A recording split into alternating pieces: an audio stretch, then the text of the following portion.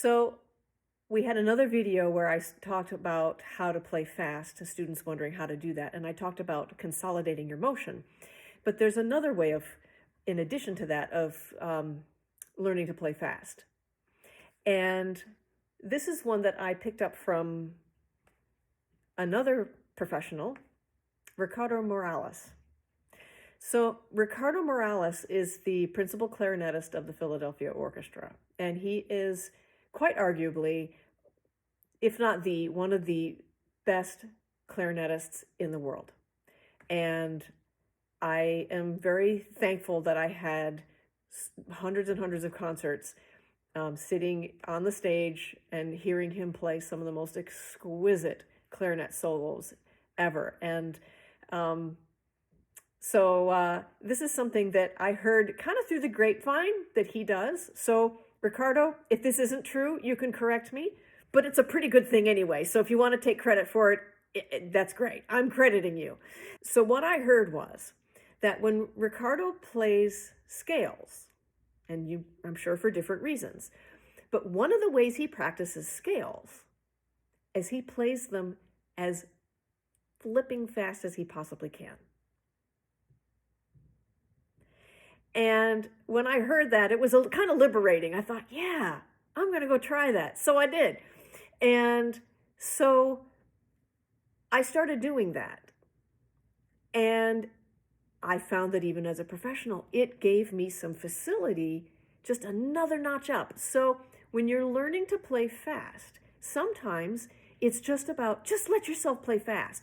So I chose to approach it that I'm going to do my best to be consistent with the intonation, but I'm not practicing intonation right now. I'm practicing speed.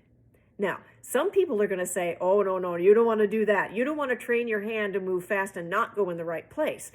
My response is, I need to practice one thing at a time.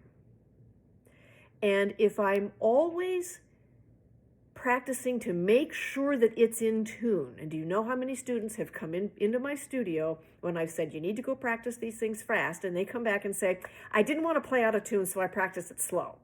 I said, well, that's great. Hopefully your intonation got better, but it didn't do a darn thing for teaching you how to play fast. Because sometimes you just got to do it. Speed helps to develop speed. Practicing slow does not develop speed. It develops the foundation for speed. So it's not that we want to do one or the other only. But sometimes you need to just open the gate and let the horse run. Okay, so what I mean by that is this. If you're practicing 3-octave scales, maybe you're going to do it this way.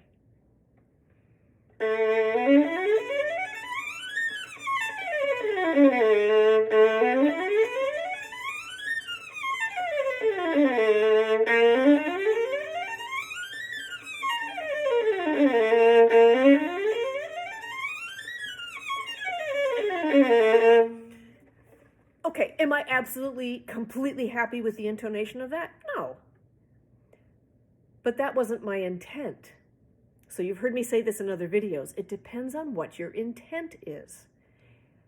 Am I destroying my playing by allowing myself to play as fast as I possibly can, but not, worrying about every single note? No, not really. Because I do enough playing to make sure that I am working on that precision, that it keeps honing it in all the time. But if I only work on precision going slowly, I am not training my hand to play fast.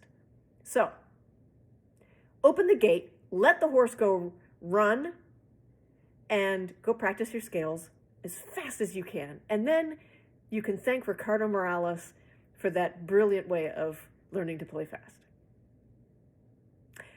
I'm Dr. Valissa Wilworth, and this is Violin Wise.